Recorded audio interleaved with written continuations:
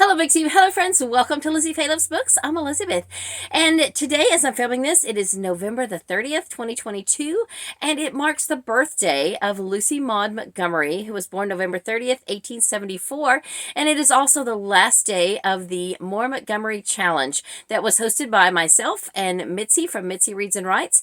And I hope you will join us on Sunday, December the 4th in the afternoon, 4 p.m. to be exact, Eastern Standard Time, Eastern Standard Time, where we're going to be on Mitzi's channel, just doing a live wrap-up and giveaway for anyone who participated. You have an opportunity to have your name in several different drawings for my duplicate and extra Lucy Maud Montgomery related books. So I hope that you will join us.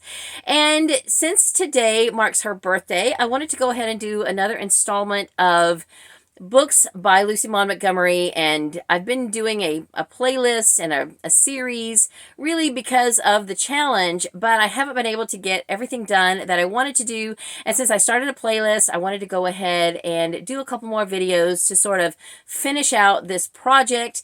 Even, as we go on into December, I'm still planning to go ahead and complete the prompts basically and do a video about each of the different categories of books and adaptations for the More Montgomery Challenge. So in this video, I want to talk about the series by Lucy Maud Montgomery, and there are 4. Of course, the most familiar one is Anne of Green Gables, and that is a series of 8 books.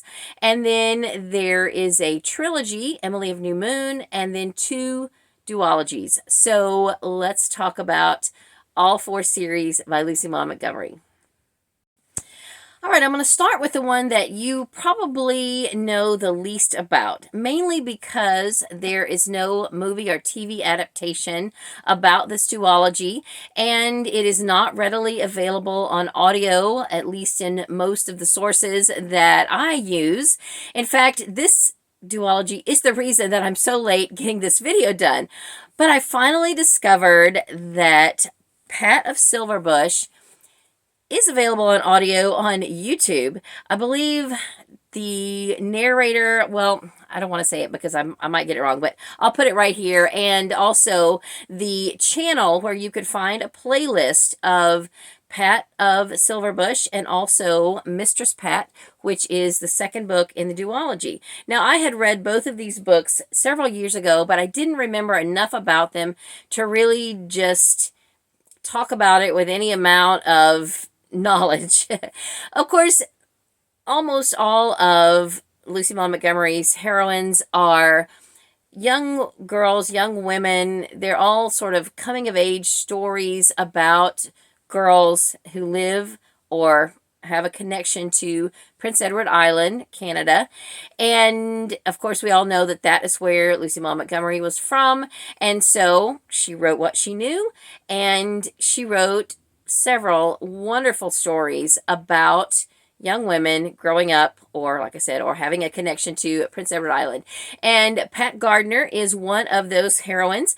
Pat starts out in this book probably around the age of, I don't know, maybe 14 or 15, something like that. I don't know. The book says that it is geared for 10 and up. So I don't know. I did just listen to this, but I can't remember that exact detail. I do know that Mistress Pat starts out when she is 20. But this is more of her childhood coming of age, and it is about Pat and her friends and her family. And there's not really anything spectacular about the Pat stories, really, that is, much different than any of her other books. But I would say that one of her side characters, which is Judy Plum, the housekeeper of the Gardner household, she makes the Pat stories worth reading. She is just my favorite character in the Pat duology. And so, for no other reason than just to hear Judy and her, just her, then I recommend these stories. Just as a little example, one of her things that she says, if she says that someone has pneumonia, it's pulmonal. And it's just so cute. Even though I was listening to this, I had to go and look it up and just see how it was spelled in the book. And I realized, because I had to read the last chapter in print. Incidentally, the playlist on YouTube is if for some reason missing the last chapter. So you will need a copy of the book in order to actually finish it. But if it's on YouTube, it's just not connected to the playlist, and I haven't dug that deep to see if it's there or not. But anyway, this story was made so much better by the character of Judy Plum, and she is just precious. So anyway, this is more the childhood of Pat and then Mistress Pat that I am going to reread on that same YouTube channel. I'm probably going to start it today, maybe tomorrow. Is more of her young adulthood. It starts out at the age of 20. Now, in this story, one of the things that Pat says is that she is going to be an old maid. She wants to stay and live in Silverbush and be the mistress of the household and never get married. She does have a friend who in the beginning is called Jingle, and his actual name is Hillary, which, let me just take this moment as an aside to ask, does anyone know why Lucy Maud Montgomery insists on putting male characters in her books with female names? I mean, I know that there's plenty of names that, are unisex, but the ones that she uses, I have honestly never, ever heard of being used as masculine names. Hillary in this book, I don't remember if there's one in Emily, but of course in the Anne books, she has a son named Shirley. Now that one kind of makes sense because that's her maiden name, and I know that was a common practice to name one of your sons your maiden name, but still, would you want to be a boy named Shirley? Oh my goodness. And then the story girl is narrated by a boy, and his name is Beverly. So it's just one of those things. But anyway, so her friend Hillary is in love with her, but she just wants to be friends because she does not want to get married. She does not want romance. So that's where Pat of Silverbush ends. I cannot honestly remember if she changes her mind in Mistress Pat or not. I really don't know. And I wouldn't tell you if I did, but I don't know. So this is the Pat duology. And Silverbush, of course, is the name of their home that is on Prince Edward Island.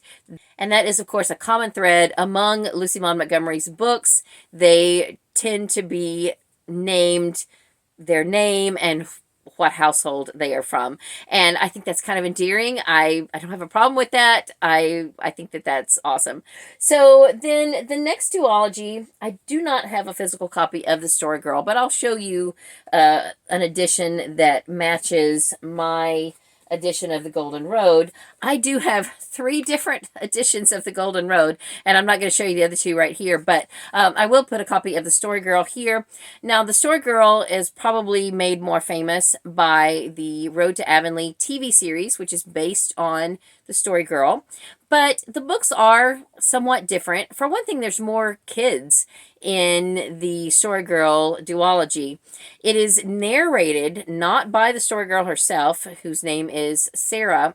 It is narrated by her cousin, Beverly, who is a boy. And Beverly has a brother, I believe his name is Felix. So it's kind of confusing because in the TV series, Felix is one of the kings. And in the book series, Beverly and Felix are the cousins whose father is off in another country, and they come to stay at the King family farm.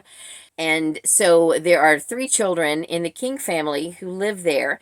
And then their cousin Sarah has also come at an earlier time. It does not give any, I don't think it gives the same reason for why she's there as it does in the show. I did reread or listen to The Story Girl and Golden Road at the beginning of November, and I think if that was in there, I would have remembered it. So, but anyway, there is a total of 8 children in the friend group cousin slash friend group in Story Girl and Golden Road. There are the 3 king children, and then the Story Girl, and then the 2 boys who have come to stay temporarily, and then their friend Clemmy, who is a neighbor girl, who of course there is the hired boy who works for the kings, and he rounds out and makes it a group of 8. You know, I don't know why they shrunk the group of kids in the TV show, but I can only imagine that it's probably a lot easier to wrangle a group of 6 children than it is a group of 8 children, especially when you have to factor in them going to school and, you know, all of the above. So, anyway, that is kind of the big difference that from the books to the show. I love the show. I have still only watched the first season, and I'm trying to rewatch it now and then go on and watch the rest of the seasons. But I had said that I was going to watch at least the first 3 during this challenge, and I didn't. I didn't get that done, but they're still there for me to enjoy, and I'm really looking forward to it. So anyway, I haven't really told you about the story, just that there is a group of kids. They have a lot of adventures. The story girl herself, Sarah, is very animated. She is very much a storyteller. They make up games, and they do all kinds of things together during the time that they are all together on the King farm. And they of course do have some aunts and uncles and other relatives and people who come into play in the story. And I just think that it's all wonderful. Both of the books are wonderful, and the TV series is wonderful, and I am just happy to recommend them to you if you have not read or watched any of them. And it's not necessary for you to read the books before you watch Road to Avonlea. Just know that there is, you know, some of the names are mixed up, and you know, some of the names are different and things like that, but they're both very, very enjoyable, and I would highly recommend all of the above. Lucy Maud Montgomery also wrote one trilogy. It is the Emily of New Moon trilogy. Emily's mother died, I believe, not long after she was born, and then her father has died at the opening of the first book, Emily of New Moon, and she is sent to live with her Aunt Elizabeth, who is a kind of a harsh taskmaster, and over time, her and Emily do form a bit of a bond, more than you would expect at the beginning. But Emily is a person who is gifted with kind of a second sight. That is not really brought out as much, I think, in the books as it is in the TV show, Emily of New Moon. And I'll talk a little bit more about it when I talk about adaptations. But just know that there is a 4-season series based on the Emily of New Moon trilogy. But for right now, let's just talk about the books. So we have Emily of New Moon, and then we have Emily Climbs and Emily's Quest. Now, I love the series, but I will admit that the last book does get a little cringy because Emily is engaged to a man who is like almost 30 years older than her. And some people have a problem with that. You know, it's all fiction, but I'm sure that there have been plenty of times in history where that has happened. Thankfully, Emily does have a choice in the matter. This man is a friend of hers, and she has made the choice herself. I won't tell you how it all ends up, but anyway, I think that the series itself is delightful. There are a lot of ups and downs for Emily, and you know, a lot of things that it's really sad that a child will have to go through, but still the books, I think, are very delightful, and I very much enjoyed my re-listen of these. I think I probably read these in print long ago when I read them. Well, I say long ago, probably between 15 and 20 years ago, when I first discovered Anne of Green Gables and had to go on and read everything I could get my hands on by Lucy Maud Montgomery. And of course, this is one of the things. But these are all available on audio on just about any format or app that you could find. And I would definitely recommend giving them a try. Just know that this last one has a few issues, but it all comes out good in the end, and I would recommend those. And then, of course, the one that you are most familiar with, I own a box set of Anne of Green Gables. We have, let me just run through them for you. We have the first one, Anne of Green Gables, which, of course, is the most famous, and it's Anne's childhood and her going to live with Marilla and Matthew Cuthbert on Prince Edward Island. Anne has been an orphan since she was 3 months old. And then her young adulthood, Anne of Avonlea, is the story of her going on to teach school. And then Anne of the Island, now I may get some of these mixed up, but I believe this is where she goes to college. And then that continues in Anne of Wendy Poplars. This actually, in this one, she goes on to become, I believe, like a vice principal at a girls' school. And the leaders of the town do not make it very easy on her because they all think that someone from their family should have gotten the job. And I just think it's a wonderful story. Anne of Wendy Poplars is really the story that is featured in the Anne of Avonlea movie starring Megan Follows. Actually, it's probably kind of a mashup of the first few books. But anyway, that storyline where she goes and teaches is in Anne of Wendy Poplars. And then we have Anne's House of Dreams, which I believe also is before her marriage. I don't know. To me, it's all one big story. And then we have Anne of Ingleside. And the last two books are really more about Anne's children than Anne herself. I find that Anne is really more of a side character in these. But we have Rainbow Valley, which is the place where her children play.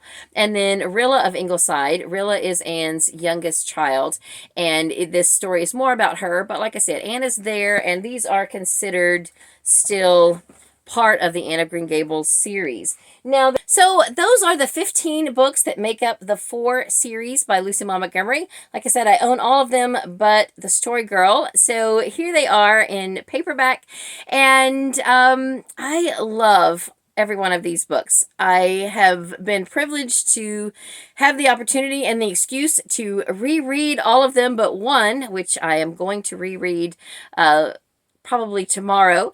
And they are all wonderful. They're just as wonderful the second time as they were the first time around. So let me know in the comments if you have read any or all of these books, and if you have any favorites, and if you have any that you did not like. I don't want to know that. But so let's chat in the comments about the series by Lucy Maud Montgomery. Meanwhile, I still have a couple more Montgomery related videos that I want to do. I have been doing some research into all of the adaptations based on stories by Lucy Maud Montgomery. And if you would be interested, I think it would be fun to do a short video showing you my collection of books and other items that have something to do with Lucy Maud Montgomery. So for now, though, that is all I have for this video. Join us on Mitzi's channel on December the 4th at 4 p.m. Eastern Time. That is Mitzi Reads and Writes. I will put a link to her channel down in the description. Be sure you are subscribed. And that's all for this video. I hope you're having a great day. Read a good book, and God bless you.